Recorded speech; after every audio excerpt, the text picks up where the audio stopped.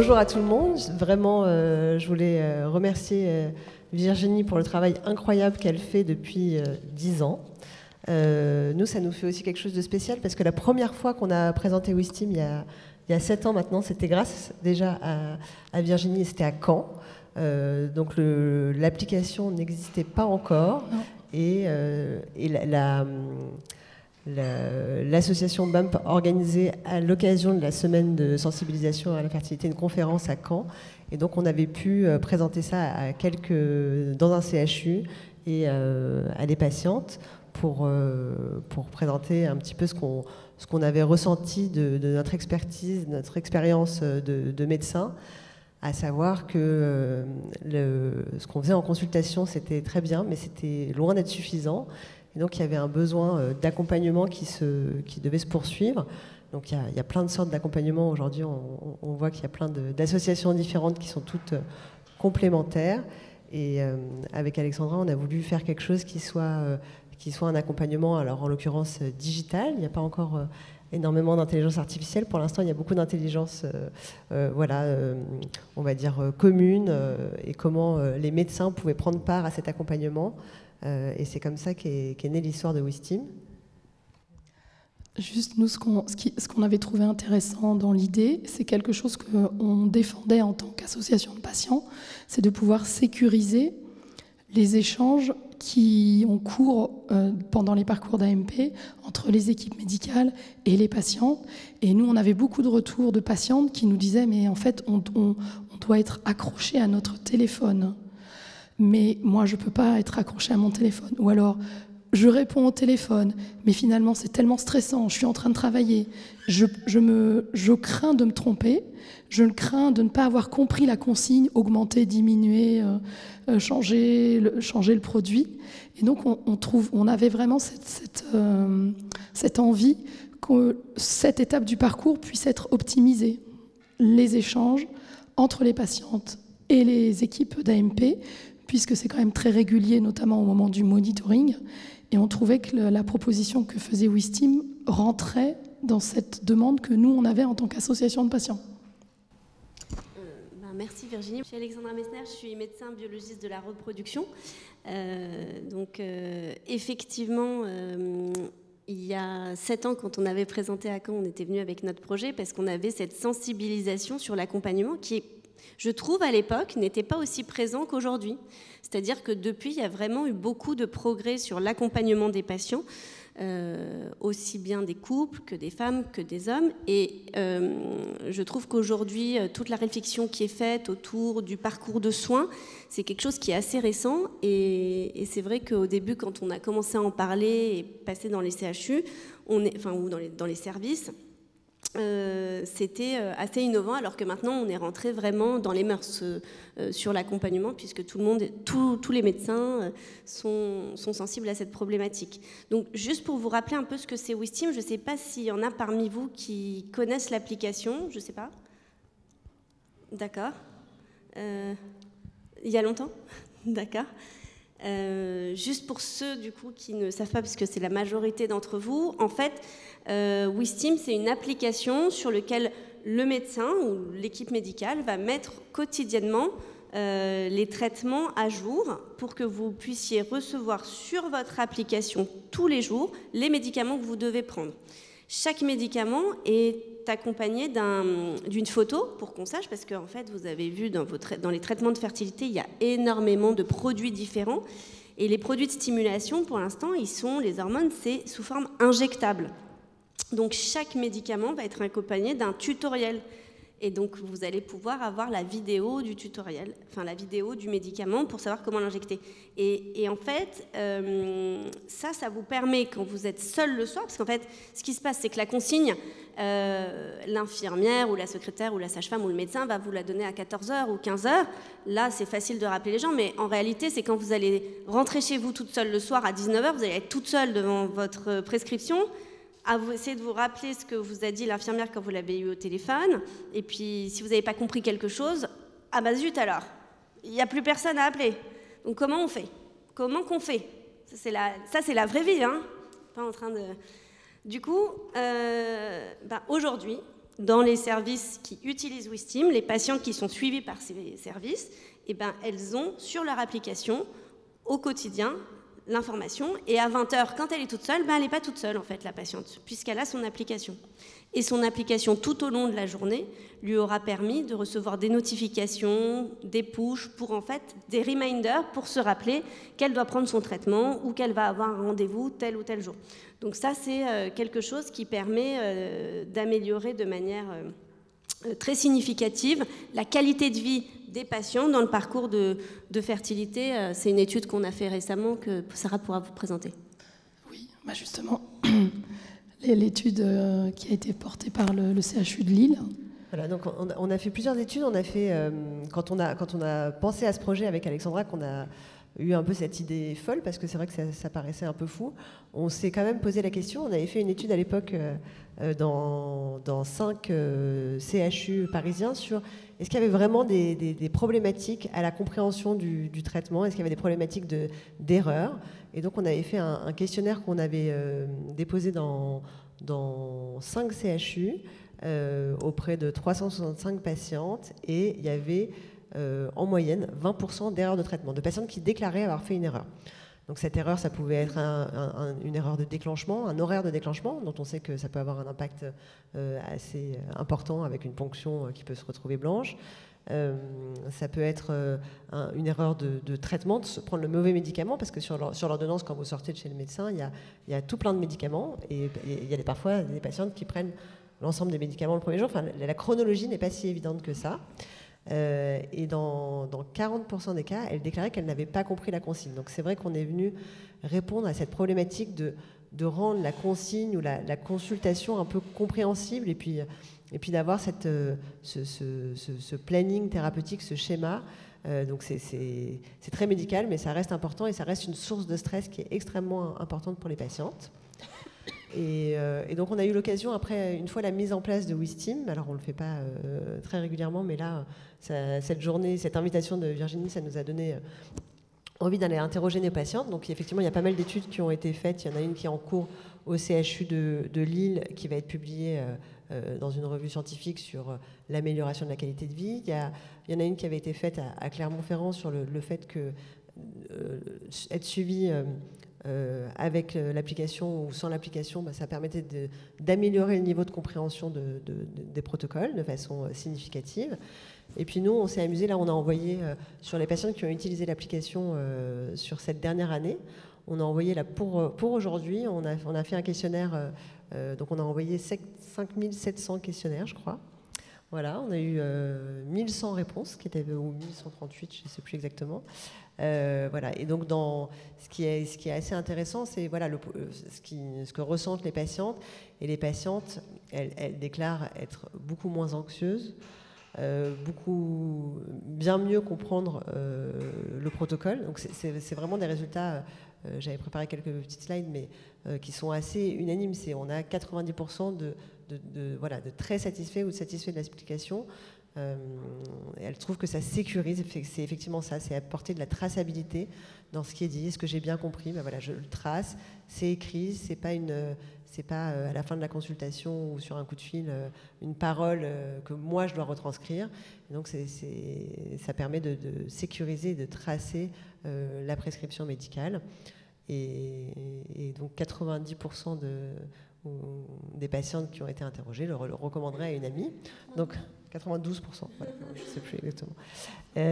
Mais voilà, donc notre travail maintenant au quotidien avec Alexandra, moi je suis aussi gynécologue et médecin de formation, c'est d'aller convaincre les médecins qui sont convaincus, mais qu'il faut encore convaincre de l'utilité d'utiliser cette application, parce que c'est vrai qu'à la différence d'autres applications qui peuvent exister, on a voulu que ça vienne, que ça soit vraiment un canal de communication entre le médecin et la patiente, et donc il faut aussi convaincre, il faut aussi réussir à l'intégrer dans le parcours de soins, et c'est ça qui prend parfois du temps et pour lequel on n'est pas encore utilisé dans tous les centres, mais on se développe depuis, voilà. On est sur le chemin. Et là justement, vous êtes utilisé par combien de centres privés ou publics en France? Alors, on a la même proportion entre privé et public. Ouais.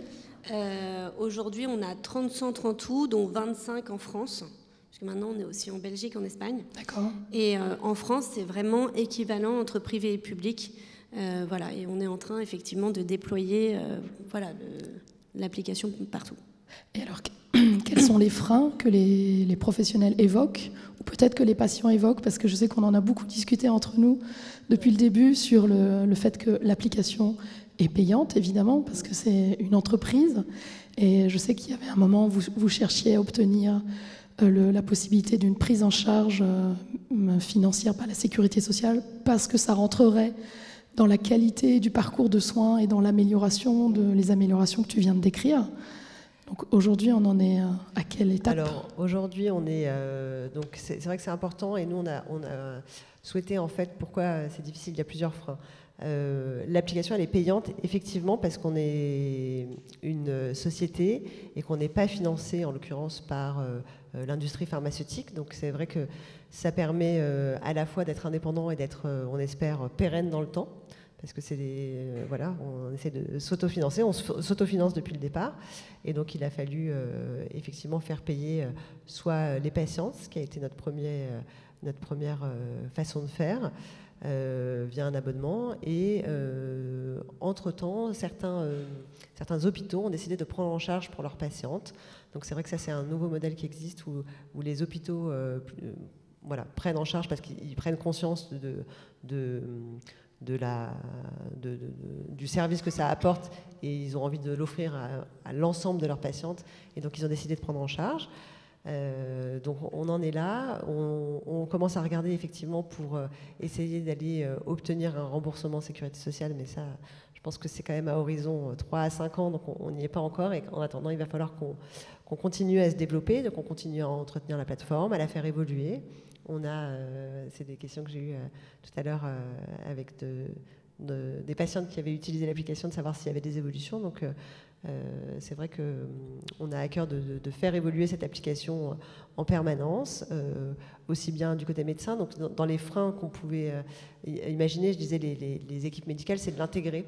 Et donc on a fait un gros travail là qui ne se voit pas beaucoup du côté des patientes, mais qui est d'essayer de s'intégrer avec déjà les logiciels qui existent finalement dans les hôpitaux.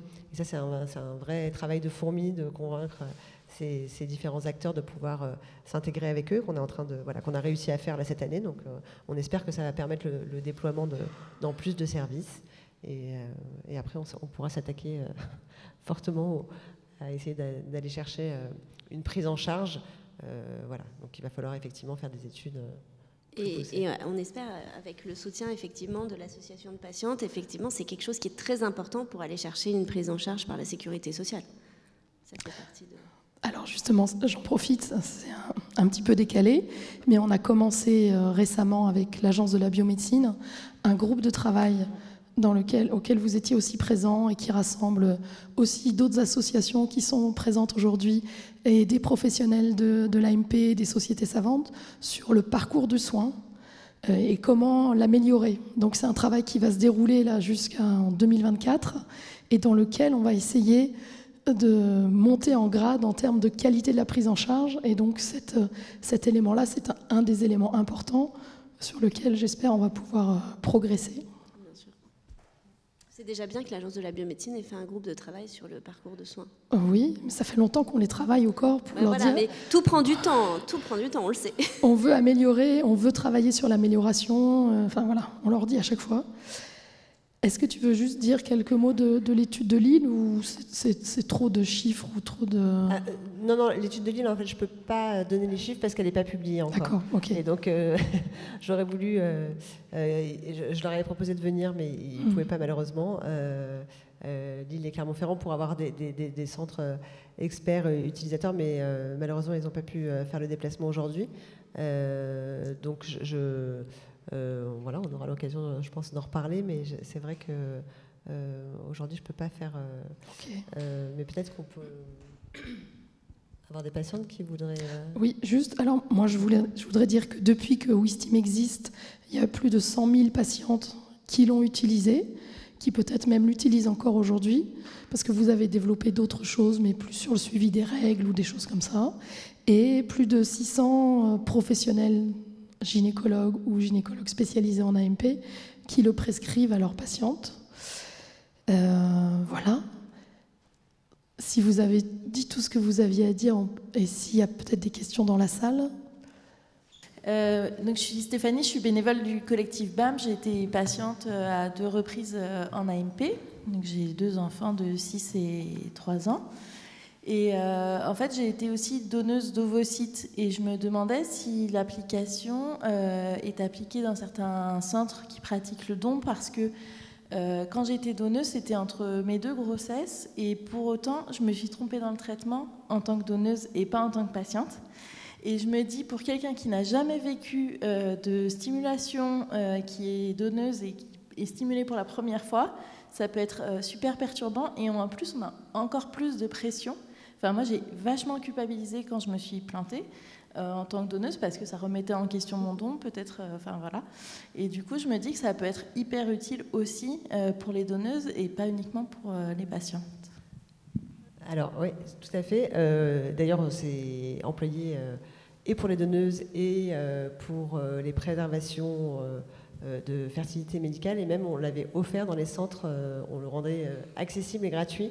Voilà. Après, c'est ce que je disais, il y a toujours parfois il faut que l'équipe médicale l'utilise, mais on l'avait même offert dans des... C'est-à-dire qu'on rendait les abonnements gratuits pour ces patientes-là, qui étaient en don et en parcours d'oncofertilité.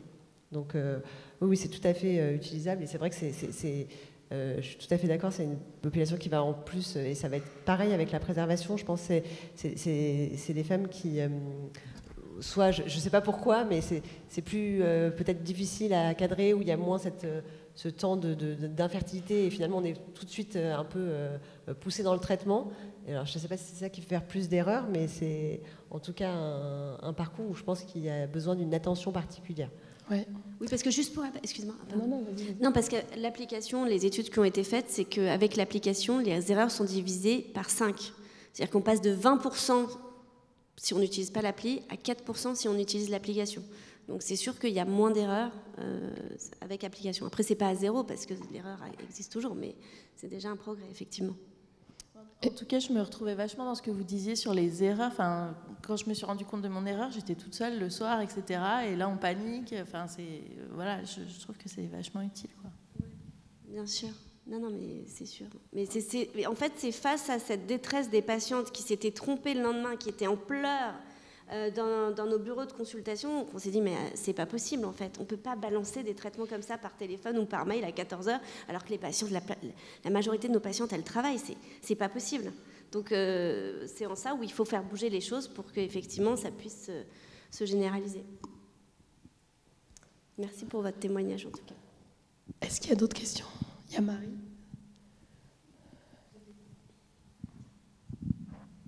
Bonjour, Marie, je suis aussi bénévole chez BAMP, mais pour mon cas perso, donc je suis actuellement en PMA, dans un centre qui n'utilise pas Wistim.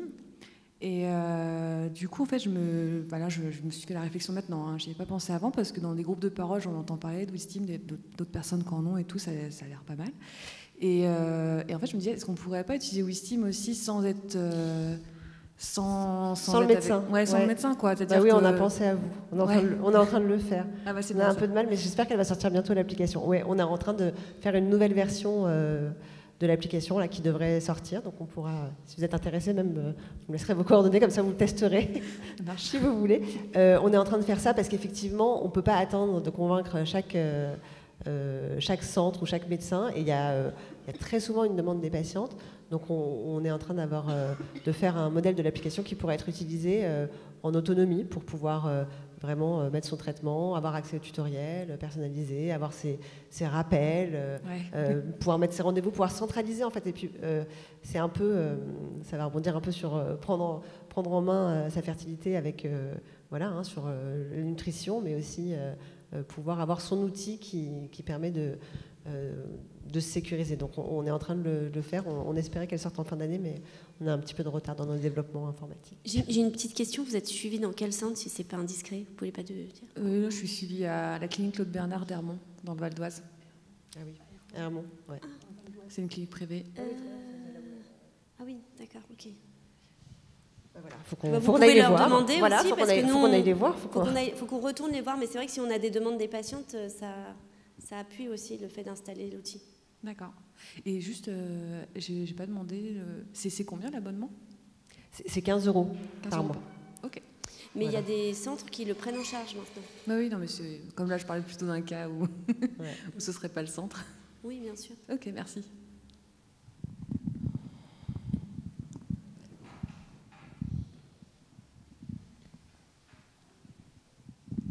Bonjour. J'avais une question aussi par rapport au fait de convaincre à la fois les médecins, les hôpitaux, mais est-ce que vous allez aussi voir les pharmacies? Parce que souvent, le pharmacien, qui est donc le deuxième interlocuteur qu'on va voir pour récupérer les traitements, peut être aussi de bons conseils en général pour aider les femmes à faire le geste ou expliquer le traitement. Et donc, ça pourrait aussi passer par là. C'est-à-dire que le pharmacien pourrait presque rentrer lui aussi les informations dans l'appli si le médecin ne l'a pas fait, par exemple. On avait essayé au début de se connecter avec les pharmacies. Après, le problème, c'est qu'il y a une multitude de pharmacies, alors qu'en ce qui concerne les centres, il y a 100 centres de PMA en France. Donc, vous voyez, on a une partie de l'équipe, là, mais on n'est pas une énorme équipe pour aller voir les dizaines de milliers de pharmacies françaises. Mais effectivement, le retour qu'on a sur les pharmacies, c'est que les pharmacies sont très contents de voir des patientes qui ont l'application, parce que du coup, ça leur permet de faire un support, eux, à leurs conseils. À leur travail de conseil en pharmacie. Donc eux, ils se servent de l'application pour aider les patients effectivement à mieux comprendre leur traitement également. Mais c'est une très bonne idée. Hein. Moi, je pense que c'est un travail qu'on fera quand on aura l'application qui pourra être utilisée en autonomie, d'aller voir les pharmaciens pour qu'ils puissent être le relais finalement de dire... parce que parfois les pharmacies il y a des pharmacies qui sont très au courant, qui ont l'habitude de vendre des traitements de fertilité, mais il y a aussi pas mal de pharmacies qui n'ont pas trop l'habitude, donc qui oublient de prescrire le stylo quand il y a un stylo et un produit. Donc il y a effectivement un travail à faire aussi de ce côté-là. Oui, alors nous on a fait aussi des discussions avec l'officiel des pharmaciens, non c'est pas l'officiel, je sais plus, où il voulait refaire un article pour réexpliquer à tous les pharmaciens la réalité des parcours d'AMP. Et moi, j'ai réinsisté beaucoup sur ce que disait la dernière intervenante, que le pharmacien est un interlocuteur très important dans les parcours et que les patientes ont besoin d'un échange qui soit positif, bienveillant et tout ça. Donc voilà, je pense qu'il y a des choses à faire. Alors, il est 25, donc on peut prendre encore une question. Bonjour, j'avais dit que je ferais un petit témoignage, alors je voulais juste vous dire merci parce que j'ai vécu au rythme de Wistim pendant plus de 3 ans de ma vie et ça m'a beaucoup aidé. À la base, quand je me suis inscrite dans le centre de PMA, j'étais étonnée que ce soit à notre disposition gratuitement. Pour le coup, j'étais à Foch et c'était une grosse surprise. C'est-à-dire que pour moi, dès que Wistim se mettait en route avec un traitement, c'était une super bonne nouvelle. Parce que j'avais enfin la chance de pouvoir avoir un traitement et donc un embryon potentiellement transféré à la fin. Et dès que j'avais pu Wistim, pour moi, il ne se passait plus rien et ma vie était à l'arrêt, quoi. Donc c'est bizarre parce que voilà, Wistim était à chaque fois, c'était « Oh, il y a une chance qui arrive ». Donc merci beaucoup parce que c'était précieux et c'est pas que les traitements, il y a aussi eu le chat avec les infirmières qui était incroyable. C'est-à-dire que dès que j'avais un doute, je posais une question sur le chat de Wistim et généralement, même le week-end, j'avais une réponse. Donc pour ça, c'était super rassurant. Et le suivi des traitements, c'est vrai que les premières fois, quand on se retrouve avec cette espèce de seringue où il ne faut pas se tromper, c'est vraiment au petit trait près, le fait de pouvoir cliquer sur un tuto où en 30 secondes, on avait l'accompagnement d'une nana qui nous parlait alors qu'on était toute seule dans des toilettes de TGV, c'est du vécu, c'était vachement bien. Je me sentais vachement moins seule. Voilà, c'est tout. Donc merci beaucoup. Et je sais pas, travailler sur les moments où justement on n'a plus Wistim, parce que je sais pas. Non, c'est une blague. Non, parce qu'à part le suivi des règles, c'est très intéressant. Et d'ailleurs, c'est quelque chose qu'on a eu à cœur de faire, c'est-à-dire ne pas s'arrêter au moment des injections et continuer après jusqu'au bêta-HCG, parce que là, c'est pareil, c'est des traitements qui paraissent en plus un peu moins importants. Il y a moins le stress et pourtant c'est tout aussi important. Et donc, on a eu à cœur depuis le début, mais il faudrait sûrement qu'on aille encore plus loin et qu'on fasse plus de soutien entre les parcours, parce que c'est vrai que ces moments sont longs d'attente, entre 2 cycles de FIV, entre 2 transferts d'embryons. On sait que c'est des moments où il faut qu'on travaille ça. On a plein de travail, nous aussi. Travailler ça sur la nutrition, notamment, pour faire une transition à l'IFERT. Préparer son parcours de PMA en revoyant son score métabolique. Parce que Wistim s'arrête juste très brutalement quand le résultat est pas bon. Ah. C'est bon, on arrête Wistim. Ok. En tout cas, merci beaucoup pour votre témoignage. Alors, j'avais dit que c'était la dernière question. Donc maintenant, on va passer à la deuxième table ronde.